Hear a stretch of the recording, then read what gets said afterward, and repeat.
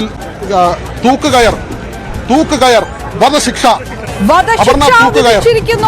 ഗ്രീഷ്മയ്ക്ക് തൂക്കുകയർ കോടതി വിധിച്ചിരിക്കുന്നു. ഗ്രീഷ്മയ്ക്ക് വധശിക്ഷ. ഏറ്റവും പ്രധാനപ്പെട്ട വാർത്ത, അപൂർവങ്ങളിൽ അപൂർവം എന്ന് തന്നെയുള്ള നിരീക്ഷണത്തിലേക്ക് കോടതി കടന്നിരിക്കുന്നു. ഗ്രീഷ്മയ്ക്ക് പ്രായം 24 വയസ്സെന്നുള്ള ഒരു ടെൻഡർ ഏജ് വിഷയമല്ല, ഒരു സ്ത്രീ എന്നുള്ള കാര്യം. ഇത്തരം വാദങ്ങളൊന്നും നിലനിൽക്കുന്നതല്ല. നടന്നത് ഇന്റലിജന്റ് ആൻഡ് ബ്രൂട്ടൽ ആയിട്ടുള്ള കൊലപാതകമാണ്. നരകിച്ചാണ് മരിച്ചത്. ഇപ്പോൾ ജീവിച്ചിരുന്നെങ്കിൽ 24 വയസ്സുണ്ടാകുമായിരുന്ന ഷാരോൺ രാജ് നരകിച്ചാണ് മരിച്ചത്. പലതവണയാണ് വധശ്രമം നടത്തിയത്. അതുകൊണ്ട് ക്രിമിനൽ പശ്ചാത്തലമില്ല എന്നുള്ള വാദം പരിപൂർണമായിട്ട് കോടതി തള്ളിക്കളഞ്ഞിരിക്കുന്നു. ഗ്രീഷ്മയ്ക്ക് തൂക്കുകയർ ഒരുപക്ഷെ വളരെ വളരെ ഇത്തരം കേസുകളിൽ വളരെ പ്രധാനപ്പെട്ട ഒരു കോടതി വിധിയിലേക്ക് കടന്നിരിക്കുകയാണ്.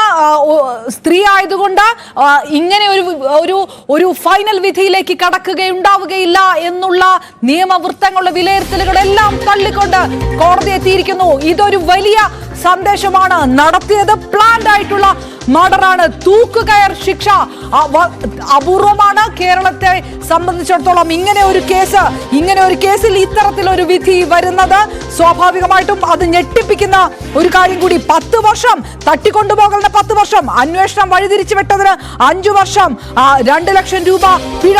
മൂന്നാം പ്രതിക്ക് 3 വർഷം കഠിന തടവ്. അതായത് അമ്മാവൻ നിർമ്മല കുമാരൻ നായർക്ക് ഈ തെളിവുകൾ നശിപ്പിച്ചതിന് 3 വർഷം.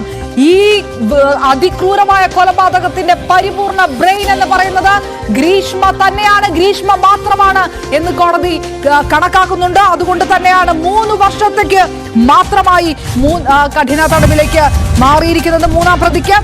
രണ്ടാം പ്രതി അമ്മ സിന്ധുവിനെ വെറുതെ വിടുകയും ചെയ്തതാണ്.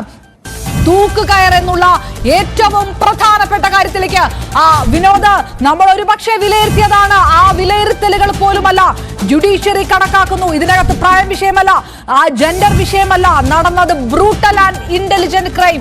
അതിന് പിറകിൽ നിൽക്കുന്നത് ഗ്രീഷ്മ എന്ന് പറയുന്ന ആ പെൺകുട്ടി തന്നെ. തൂക്കുകയർ എന്ന് പറയുന്ന ആ അൾട്ടിമേറ്റ് ശിക്ഷയിലേക്ക് കോടതി കടന്നിരിക്കുന്നു. വിനോദ്, കൂടുതൽ വിവരങ്ങൾ.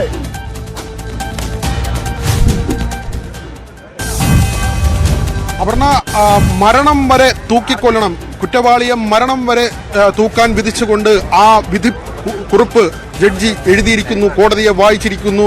കോടതി വരാന്തയിൽ വികാരനിർഭരമായ രംഗങ്ങളെന്നാണ് നമ്മൾ മനസ്സിലാക്കുന്നത്. നമ്മുടെ പ്രതിനിധി ഡാൻ കുര്യനാണ് അവിടെ ഉള്ളത്. നമുക്ക് കോടതിക്കുള്ളിൽ ക്യാമറ കൊണ്ടുപോകാൻ കഴിയില്ല, അവിടുത്തെ ദൃശ്യങ്ങൾ പകർത്താൻ കഴിയില്ല. പക്ഷേ നമുക്ക് ഊഹിക്കാൻ കഴിയും ഇത്ര കാലം തീതുന്ന ഒരു കുടുംബത്തിന്റെ വേദന അനുഭവിച്ച ഒരു കുടുംബത്തിന്റെ ഈ നിമിഷത്തെ അവരുടെ വികാരം എന്ന് നമുക്ക് മനസ്സിലാക്കാൻ കഴിയും. കൊടും ക്രൂരതയാണ് നടന്നതെന്ന് കോടതി ഓരോ വരിയിലും പറയുകയായിരുന്നു.